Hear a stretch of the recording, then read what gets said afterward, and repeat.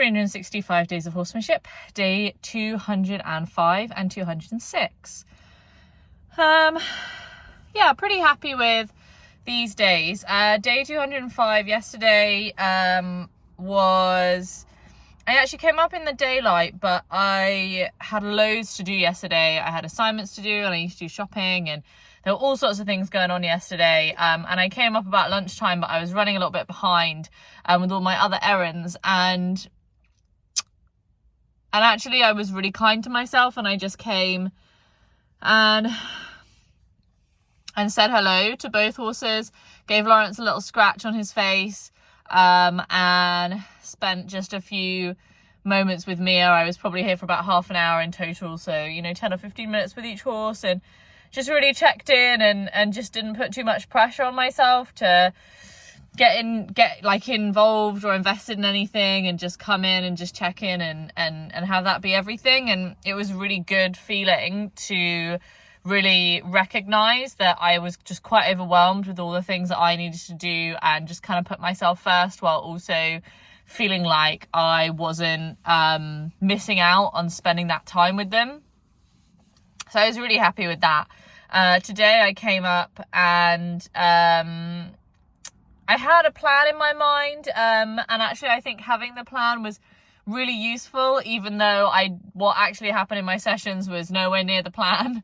I came up to Lawrence first, and I had this idea in my head while I was on the way here that I want to work on these yields with him. I want to get the halter on and work on the yields. And I had this idea that a good pattern to put us on would be to draw the alphabet. So I'm like doing back up and turning left and turning right to like draw the alphabet with his feet or with the way that we're going. It's just to give me like a pattern and direction, so I've got a purpose, I know which direction we're going in next.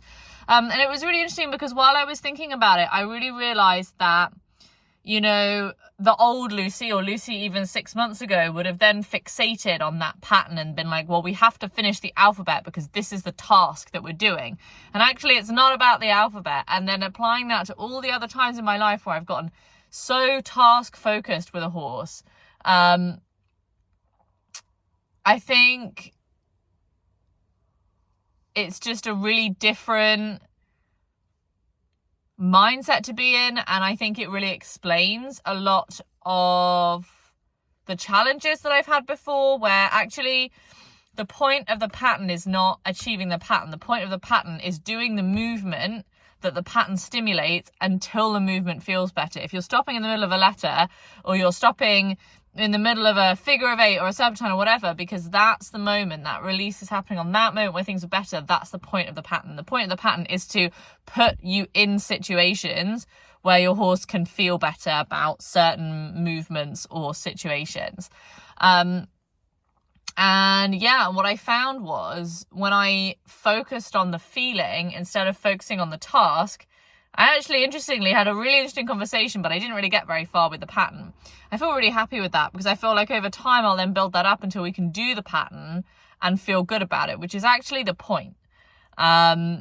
So I started basically trying to just walk forwards, and oh my goodness, just realizing I managed to put the halter on quite quickly. Actually, I offered it to him a few times. And then he started grazing, and I put it over his neck, and he lifted his head up, and I was able to put it on, and that was really nice. And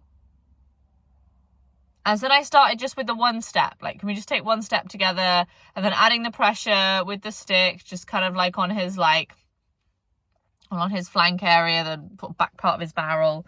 And yeah, it was really sticky. It was really sticky. If I actually took the time to wait for the response, I realized how much challenge there was.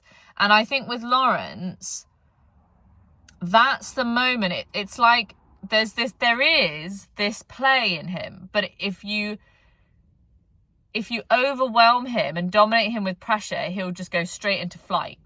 And it's like, actually not overwhelming him and not forcing him to do the movement exposed this really dominant play feeling that I've not really seen from him before in the halter, where he's like daring enough to like say no, and then you'll wait, and then he'll get curious, he'll get interested in things. Like we had this lovely moment where he like took the end of the whip and started like chewing on it with his mouth, and like all that stuff that's like really playful that I've like never seen him do. And it was really nice. Like, I mean, God, we hardly took 10 steps in the session, you know, but it was such a great conversation. And there was lots of licking and chewing, and it felt really positive, and it felt like something that I could expect he might be interested in doing again. Like, I definitely could feel that curiosity from him. A lot more dominance that I'd ever felt before, with him pushing on me and pushing his shoulder into me and things like that. And it was really nice to see that as well. Those are definitely not behaviors that I want to keep long term, but also I'm just really happy to see him be more expressive in that way, and to meet me on this playing field more like an equal, rather than me just pushing through that physical signal to a place where he's just like in robot mode because he's afraid of the pressure. So that was really good. It was a really nice session. I had a really lovely, he started walking me a little bit at the end, which I was really happy with, but then the minute that I tried to direct that at all, then he would stop. So then we would stop and think about things. Then he had a really lovely lick and chew and a nice long yawn, so I took the halter off. So I was really happy with the session, actually. I was here for about an hour today, which mean about half an hour per horse. It didn't feel like half an hour with him for sure. But it obviously was, and it did feel like a really powerful session. It's going to be, I think, hard for me to stay focused on not rushing things, because I want to get to the physical fitness. Like in my mind, I want to warm him up. You know, it's cold today, it's been raining, I want him to get moving, I want him to move his feet and stretch his muscles and warm up. And I feel like that'll be good for him physically. But I also just know that for right or wrong, I just don't feel like I'm in a place anymore where I want to push him past the point where he says no, and he says no so soon. And I think that I just really have this belief that if I can just work through that no, that we can get yes, and then it'll be even better. And we'll be able to do all those things without having to push through. It was good. I went to Mia. Mia was a challenging session. I'd intended to put the halter on, bring her in the playground, do a little bit of walk and trot, maybe mount again. And she just wanted to eat the grass. And so I played with haltering for the entire session, putting that pressure on her hind end. And when she looked up, going into flow for 4 breaths. And I was having a little think while I was doing this flow, because thinking, am I blending freedom-based training with dominance training? And no, I'm not. Because if I'm using flow as a reward for a behavior that I liked, that I used pressure to create, that motivation for her to enjoy the flow is not intrinsic. It's based on avoiding my pressure, because she will probably learn that actually if she's just curious about something before I get to 4 breaths, then I'll stay in flow with her, which I will, because I'd be more than happy for us then to slip into her being curious. But the way I will have got there will not have been through freedom-based training. And actually that's okay. I think it's really important to recognize the subtlety of the psychological difference between using that technique and actually training in freedom. And I think that just because it's not training in freedom, I still think it's a really powerful tool to use. And I'm more than happy to use the technique of rewarding with flow and with intrinsic connection, and her being allowed to do the things she wants to do, and me being there to be her partner as being the reward for the correct response to dominant pressure. I'm quite happy with that. And I'm very clear that what I'm not doing in this session is playing with freedom-based training in that moment. So that was good. I definitely noticed that I decided at some point that I was only going to do my full breaths if she had been more responsive than she had been the time before. Because otherwise I find that she can then quite quickly move into trying to do as little as possible each time. And so that was working 2 or 3 times. And then the next time, she started walking, and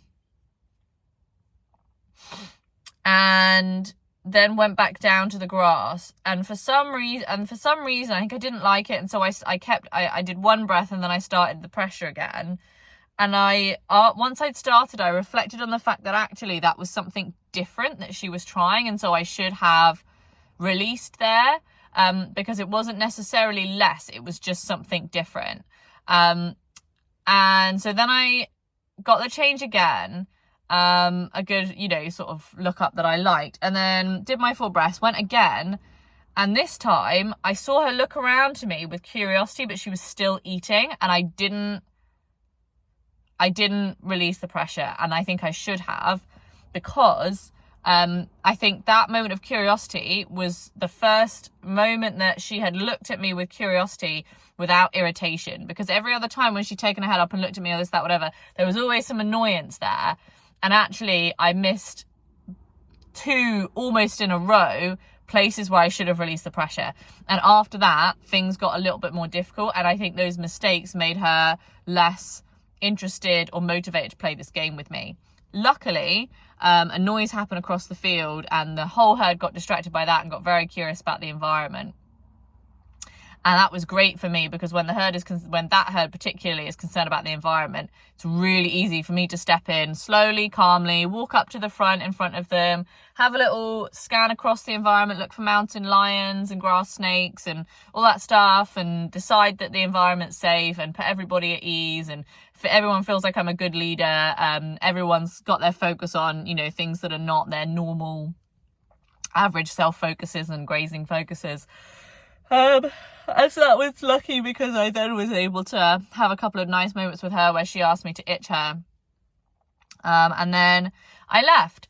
So it was fortuitous, and I'm really happy with the sessions. It wasn't what I expected, and definitely nobody got as much physical exercise as I would have wanted. But also, I think when I look at our overall trajectory, I'm really happy. And so I just need to keep putting the lid on my internal clock of time pressure, and continue focusing on the things that are improving, and hoping that with time these improvements continue to grow, which I'm sure they will. So good session.